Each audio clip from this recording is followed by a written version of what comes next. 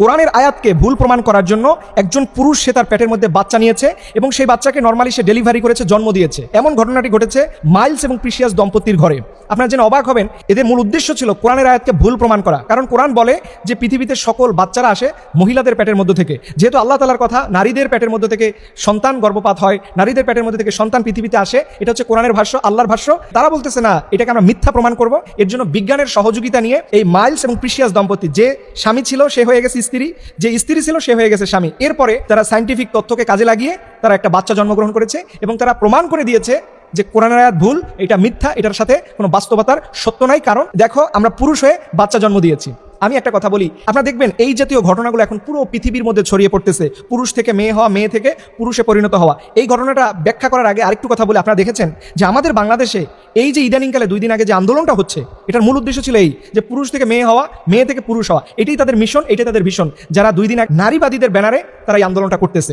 দেখেন, এটার মধ্য দিয়ে কখনো পৃথিবীতে কল্যাণ আসতে পারে না। আপনাদের জানার জন্য একটা তথ্য শেয়ার করি যে পুরুষ থেকে মেয়ে হওয়া, মেয়ে থেকে পুরুষ হওয়া, এটা আমেরিকাতে আইন করে এই বছর ডোনাল্ড ট্রাম্প তার নতুন ক্ষমতায় এসে এটাকে নিষিদ্ধ করেছে।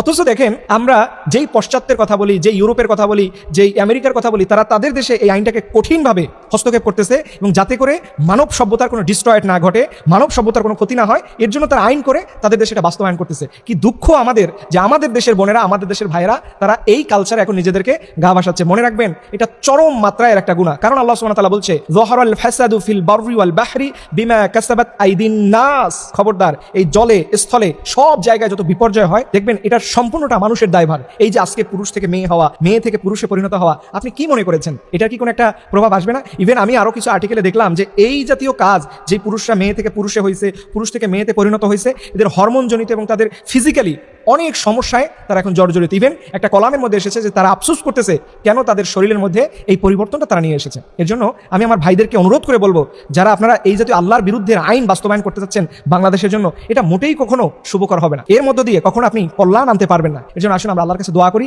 হে রব, আপনি আমাদের সবাইকে এই জাতীয় অন্যায় এবং নাফরমানি কাজ থেকে আপনি আমাদের সবাইকে হেফাজত করুক।